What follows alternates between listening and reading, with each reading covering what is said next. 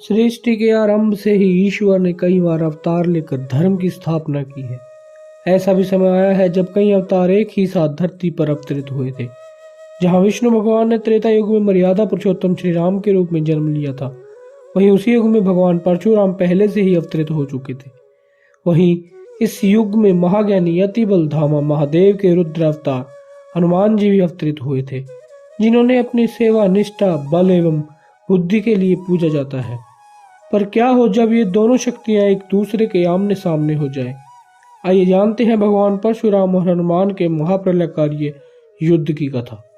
त्रेता युग की कथा के अनुसार कार्तिकेय वीर अर्जुन ने भगवान दत्तात्रेय का घोर तप कर 1000 भुजाओं का वरदान प्राप्त किया था, जिसके बल पर वह कई राजाओं को अपने अधीन कर समस्त जगत में महाशक्तिशाली राजा सहस्त्रबाहु कार्तिकेय वीर अर्जुन के नाम से प्रसिद्ध हो गए थे। एक दिन अपनी सेना के साथ जंगल से गुजरते वक्त वे परशुराम जी के पिता जन्मदिन के आश्रम में ठहरे। वहां कामधेनु गाय से उत्पन्न भोजन से उनकी सारी सेना तृप्त हो गई। इसके कारण कार्तिकेय वीर अर्जुन को लालच आ गया और वह कामधेनु को बलपूर्वक हर कर दे गया। जब ये बात परशुराम जी को पता चली तो वे गुस्से में कार्तिकेय वीर अर्जुन के महल जा पहुंचे और उनका वध कर दिया, जिसके प्रतिशोध में कार्तिकेय वीर अर्जुन के पुत्रों ने निहत्थे जमदग्नि को परशुराम के भाइयों को मार डाला। जब परशुराम अपने आश्रम पहुंचे तो उनकी मां ने यह सारा वृत्तांत सुनाया।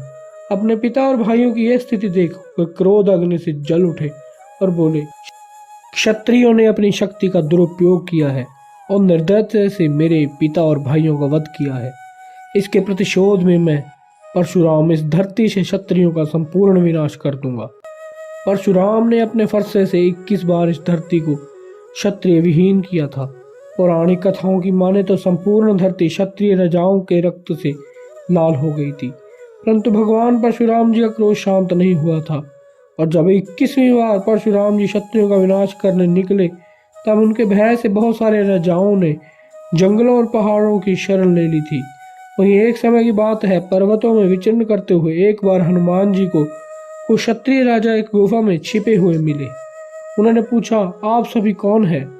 इन वस्त्रों और आभूषणों से सुशोभित होकर आप इस गुफा में क्यों छिपे हैं? हे वानराज, हम भगवान परशुराम के भय से यहाँ छिपे हैं। वे हमें बिना किसी अपराध के ही मारना चाहते हैं। उनकी प्रतिज्ञा अधर्मी क्षत्रियों को मारने की थी, जो वे पूरी कर चुके हैं। अब वो इस पृथ्वी को क्षत्रिय विहीन करना चाहते हैं। राजाओं से संपूर्ण कथा जानने के बाद हनुमान जी चिंता में पड़ गए और उनके साथ अन्याय होता देख उन्होंने उनकी रक्षा करने का वचन दिया। आप सभी को अब किसी का कोई भय नहीं है। आपकी रक्षा का दायित्व मैं खुद उठाऊंगा। हनुमान जी के इन शब्दों को सुनकर सभी राजा भयमुक्त हो गए, पर परशुराम की भयंकर गर्जना अब भी उनके कानों में वज्र के समान प्रतीत हो रही थी।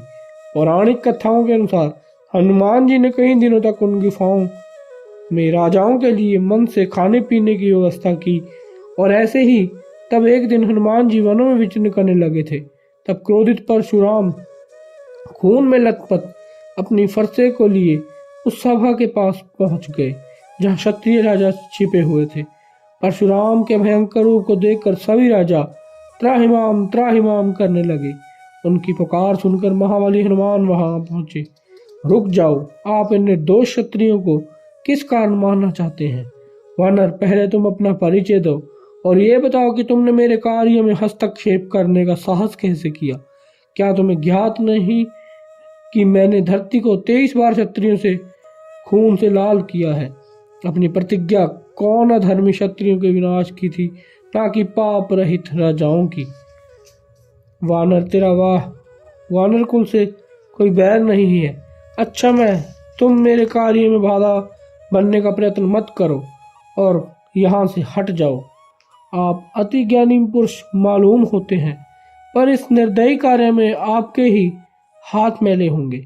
अतः आप इन राजाओं को मारने का विचार त्याग दीजिए, क्योंकि मैंने इनकी रक्षा का प्रण दिया है।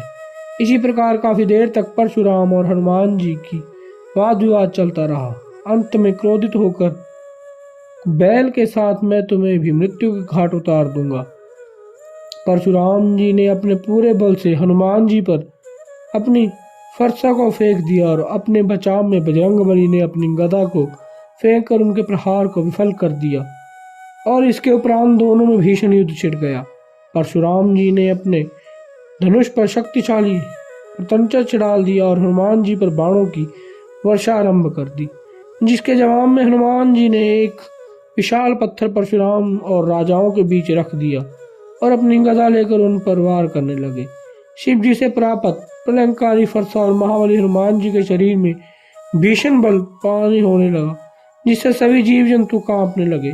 कथाओं के अनुसार दोनों का युद्ध इतना भयंकर था कि दोनों की गर्जना सुन संपूर्ण सृष्टि, स्वर्ग और पाताल सभी कांप उठे और यह देखकर सभी देवता चिंतित हो गए कि यदि परशुराम जी और हनुमान जी युगों के एक दूसरे पर प्रहार करते रहे तो अनर्थ होना निश्चित है। हमें इस कार्य युद्ध को रोकना होगा। जहाँ सारी सृष्टि अपनी स्थिरता खो चुकी थी, उसी समय परशुराम जी और हनुमान जी पाताल लोक जा पहुंचे, जहाँ उन्होंने अपना भयंकर युद्ध जारी रखा, जिसके कारण पाताल लोक का भी दिखना शुरू हो गया। भगवान परशुराम के नेत्रों से निकली ज्वाला को देख हनुमान जी को यह बात समझ में आ गई कि परशुराम जी को हराना असंभव है, परंतु उनके क्रोध को अगर शांत नहीं किया गया तो सृष्टि का विनाश भी तय है। तभी सभी देवता महादेव शिव के पास कैलाश जा पहुंचे और अपनी समाधि में लीन भगवान शंकर, महादेव आंखें खोलो, इस समय आपकी समाधि में रहना सृष्टि का विनाश कर सकता है। धरती पर आपके परम शिष्य परशुराम और आपके ही रुद्र अवतार हनुमान के बीच में भीषण संग्राम चल रहा है, इसे रोकिए वरना संपूर्ण सृष्टि का विनाश हो जाएगा। देवताओं की याचना सुन स्वयं भगवान शिव को युद्ध रोकने के लिए जाना पड़ा। दोनों के बीच भयंकर युद्ध चल रहा था। तभी वहां शिव जी महादेव शिव प्रकट हुए और बोले, भृगुवंशी परशुराम, हनुमान मेरा ही अवतार है और अपने धर्म से बंधे होने के कारण इन्हें आपसे युद्ध करना पड़ा, परंतु अब आप प्रतिशोध पूर्ण हुआ। अब आप अपने पिता जमदग्नि जी का श्राद्ध कीजिए और इस भार को मुक्त होइए। आपने आराध्य व अपने गुरुओं के आदेश को मानकर भगवान परशुराम जी ने क्षत्रियों के संहार को रोक दिया और इसके पश्चात वो अपना सब कुछ ग्रामीणों को दान कर महेंद्र पर्वत पर घोर तप में लीन हो गए।